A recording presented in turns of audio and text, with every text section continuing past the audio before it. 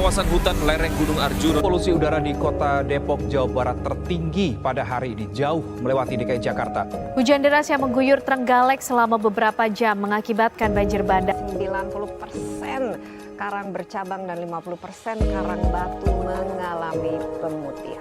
Puluhan rumah di Purwakarta, Jawa Barat rusak usai diterjang banjir, lumpur, dan material longsor. Pantai itu tadi serbu sampah kiriman, ini giliran pantai satu dan pantai lain yang dipenuhi sampah.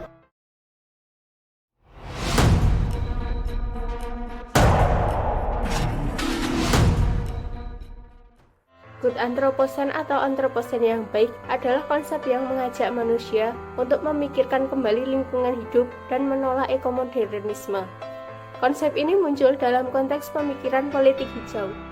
Good Anthropocene merupakan visi positif untuk masa depan di era Anthropocene, di mana manusia bertanggung jawab mengelola dampak mereka terhadap planet demi keberlanjutan dan kesejahteraan semua makhluk hidup. Berbeda dengan pandangan pesimis tentang Anthropocene, konsep ini berfokus pada pengelolaan sumber daya berbasis komunitas, kolaborasi global, transformasi sistem sosial politik, dan harapan aktif untuk masa depan yang lebih baik. Tujuannya mencakup pengurangan polusi, perluasan habitat satwa liar, dan peningkatan kesejahteraan manusia secara berkelanjutan. Good Anthropocene mengambil pendekatan realistis namun optimis. Mereka mengakui bahwa dampak manusia pada planet tidak bisa sepenuhnya dibalik, tetapi bisa dikelola dengan bijak. Perubahan lingkungan di Indonesia semakin terasa nyata, suhu semakin panas, cuaca semakin sulit diprediksi, dan udara terasa semakin berat untuk dihirup. Fakta dan data membuktikan bahwa bumi kita sedang menghadapi krisis. Menurut data dari IQ Air, beberapa kota di Indonesia kini memiliki kualitas udara yang mengkhawatirkan. Surabaya misalnya mencatat AQI sebesar 118 yang tergolong tidak sehat bagi kelompok sensitif.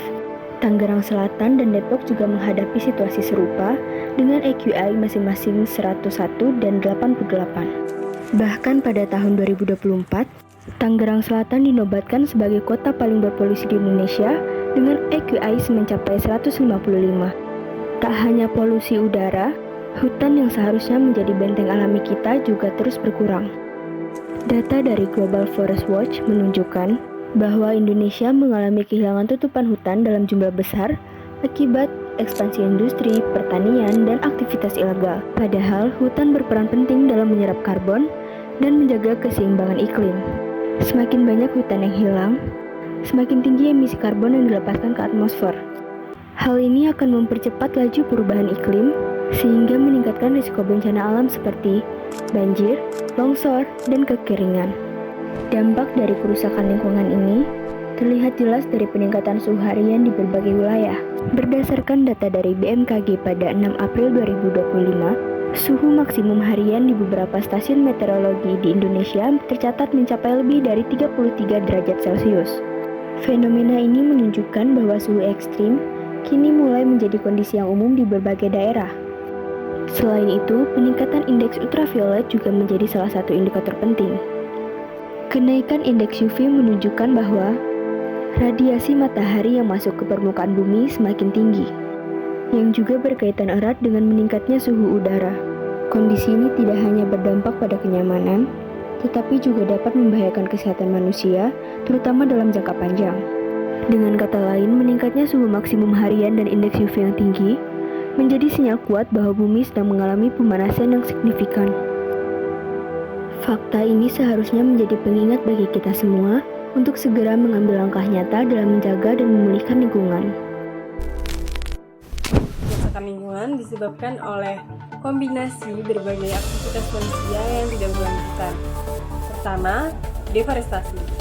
Penebangan hutan untuk lahan industri serta perumahan akan menghilangkan habitat asli, meningkatkan emisi karbon, serta mempercepat perubahan iklim.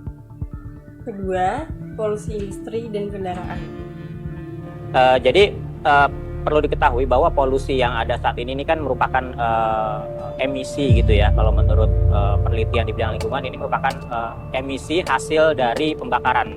Nah, tentu kegiatan-kegiatan yang menimbulkan emisi itu terjadi ya pada umumnya di kegiatan transportasi, kemudian juga industri dan pembangkit listrik tenaga uap yang menghasilkan emisi karbon. Asap pabrik dan emisi kendaraan bermotor akan menghasilkan gas rumah kaca yang nantinya akan menumpuk di atmosfer lalu memicu pemanasan global. Ketiga, konsumsi energi fosil. Penggunaan bahan bakar seperti minyak bumi, batu bara, dan gas alam dalam skala besar akan memperburuk krisis iklim. Keempat, limbah plastik. Produksi dan pembuangan limbah plastik yang tidak terkendali ini akan mencemari sungai, tanah, dan lautan, serta membahayakan populasi makhluk hidup, di mana limbah plastik ini akan sangat sulit untuk diurai. Semua aktivitas tersebut, apabila dilakukan secara terus-menerus tanpa mempertimbangkan dampaknya, akan mempercepat kerusakan ekosistem dan memperburuk perubahan iklim. Memahami penyebab ini adalah langkah utama dan langkah awal yang baik untuk mempertimbangkan solusi. Mari bersama-sama menjaga bumi kita agar kita tidak mewariskan bumi yang panas dan semakin rapuh.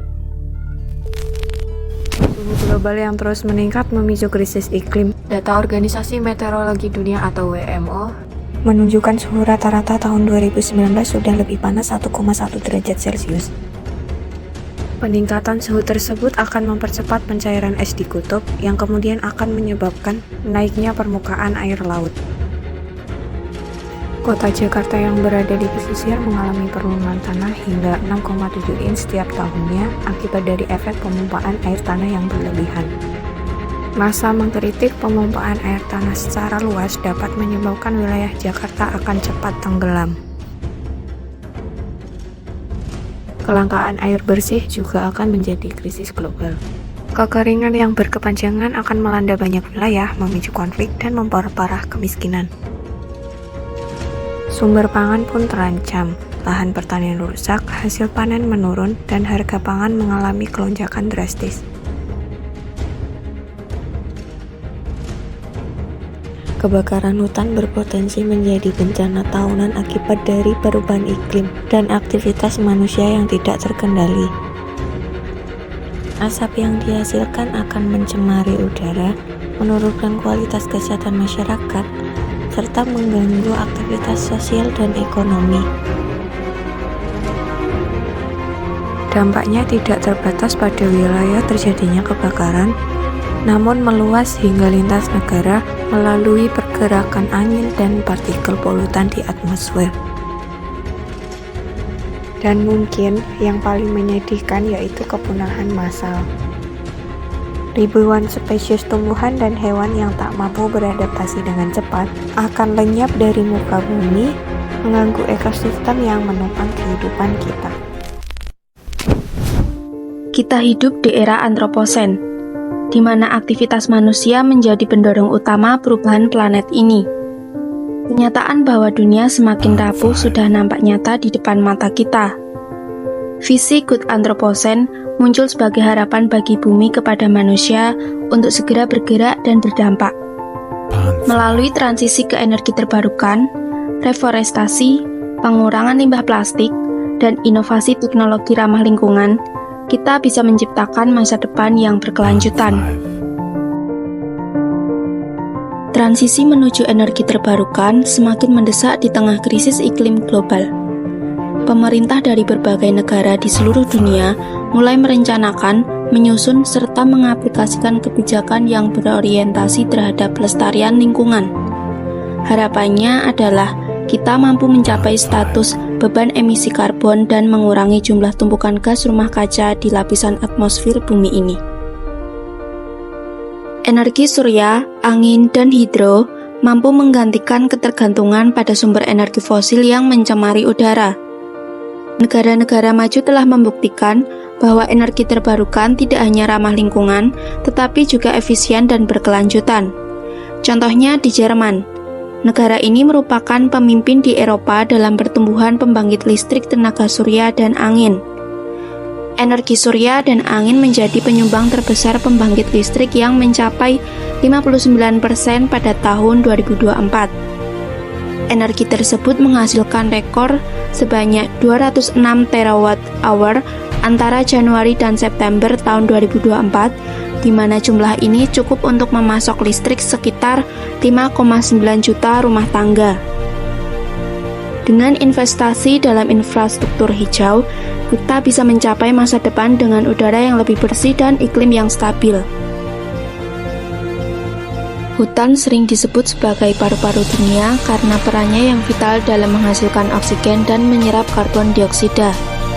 Indonesia sendiri memiliki hutan terluas ketiga di dunia yang mencakup hutan tropis serta sumbangan dari hutan hujan Kalimantan dan Papua. World Wide Fund for Nations melaporkan bahwa lebih dari 170 juta hektar hutan dunia akan menghilang secara pesat hingga tahun 2030 mendatang, dan Indonesia termasuk dalam daftar 11 wilayah yang terkonsentrasi deforestasi tinggi.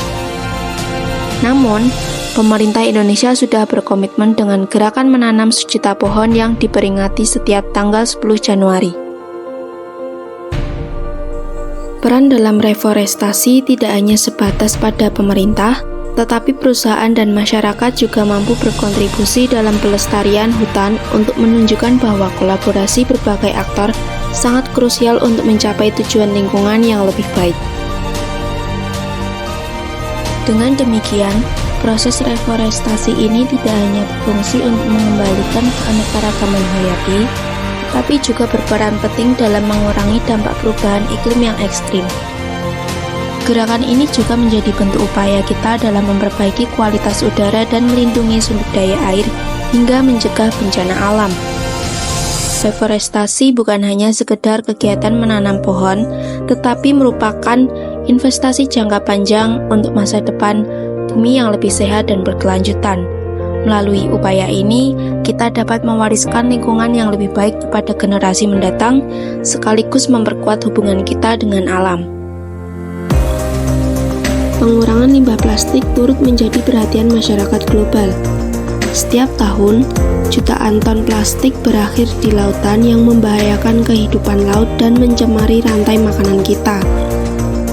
Plastik yang terbuang dengan sembarangan dapat terurai menjadi mikroplastik yang sulit dihilangkan dan berakhir masuk ke dalam tubuh ikan dan hewan laut lainnya. Ketika kita mengkonsumsi makanan laut yang terkontaminasi, kita juga berisiko mengonsumsi zat berbahaya yang dapat memengaruhi kesehatan kita.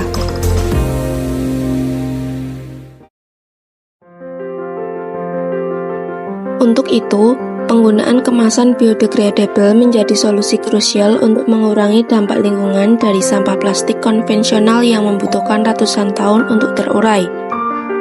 Berbeda dengan plastik biasa yang mencemari lautan dan tanah, kemasan biodegradable terbuat dari bahan alami seperti pati jagung, tebu, atau rumput laut yang dapat terurai secara alami dalam waktu singkat tanpa meninggalkan mikroplastik berbahaya. Dengan beralih ke kemasan ramah lingkungan ini, kita tidak hanya menekan polusi plastik, tetapi juga melindungi ekosistem laut dan kesehatan manusia dari racun kimia yang terkandung dalam plastik sintetis. Selain itu, inovasi kemasan biodegradable mendorong ekonomi sirkular dengan memanfaatkan sumber daya terbarukan sehingga selaras dengan prinsip keberlanjutan. Dulu, kita sering melihat masa depan sebagai ancaman. Pemanasan global, kehilangan keanekaragaman hayati, kota yang penuh polusi. Tetapi, bagaimana kalau kita melihatnya dari sisi lain? Bagaimana jika masa depan bukan hanya tentang kehancuran, akan tetapi tentang kesempatan?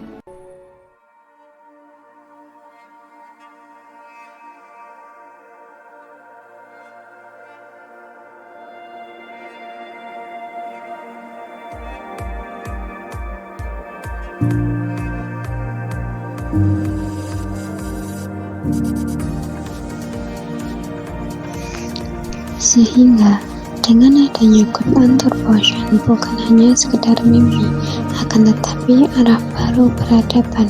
Saat kita belajar hidup selaras dengan planet ini, saat teknologi bukan hanya merusak akan tetapi merawat, saat manusia bukan beban akan tetapi harapan.